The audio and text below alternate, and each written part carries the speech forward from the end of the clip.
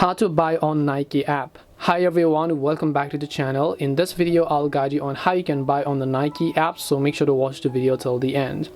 In order to actually go ahead and buy something from the Nike app, you want to make sure to open the Nike application here. Once you open the Nike app, you simply want to make sure to go ahead and log into your account. And once you're logged in, just select the products that you want to buy and then basically add them to your bag, because in my case I've already done so. You can just add them to your bag. Once you add the product that you want to buy, adding to the bag, just tap the bag option from the bottom right to review the products that you've added, and then you'll be able to see all of the products along with the price ranges of those specific products here. Then after you've loaded those products, you just want to make sure to tap the checkout option, as you can find it here. Once you tap the checkout option, go ahead and verify with your Face ID and make sure to enter your delivery details as well as the payment details and the purchase summary. And then after you've entered all these details such as the payment method as well, you'll be able to successfully buy this specific product. And this way you can buy on Nike app. Hope this video was very helpful to you guys, and if it did help you, then make sure to leave a like and subscribe to the channel.